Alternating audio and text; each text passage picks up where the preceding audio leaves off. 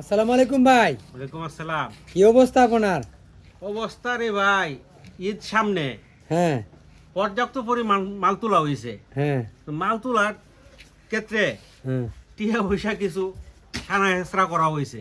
আপনার দোকানে তো প্রচুর মাল দেখা যায়, প্রচুর। হ্যাঁ, মানে এই যে দেখেন অবস্থা, হ্যাঁ পর্যাপ্ত পরিমাণ মাল আছে।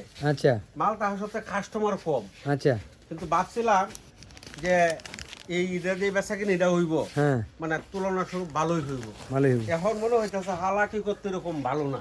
হ্যাঁ হ্যাঁ, এই যে সেমাই, চিনি, মানে কোনো কিছুরই মানে বাকি নাই আর কি। সব কিছু আছে আর কি। তো যেমটে বাজারে চলে আসবেন, পাইকারি মূল্যে দেওয়া হবে।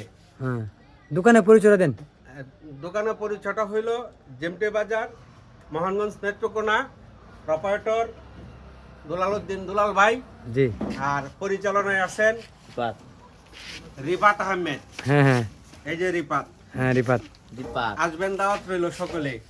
অসংখ্য ধন্যবাদ।